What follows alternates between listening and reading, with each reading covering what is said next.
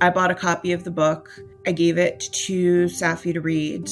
It was a mirror for themselves. They're not alone. They're not the only people that feel this way.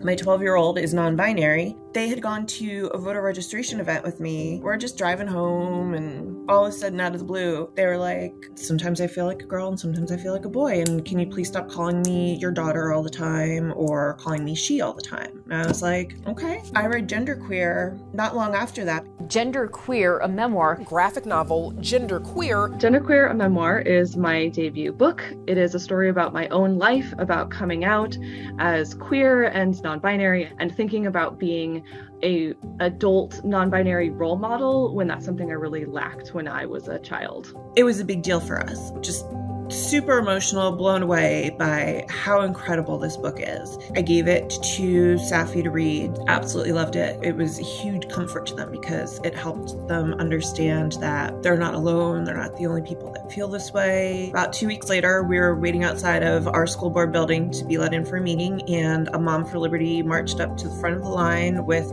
a copy of Genderqueer in her hand. The debate over a book some are calling explicit Is being pulled from library shelves across the country. Parents claim they contain unsuitable content for students. The school board freaks out. They did not read the book, only listened to a couple of out of context sentences and deemed it, essentially pornography. It's not.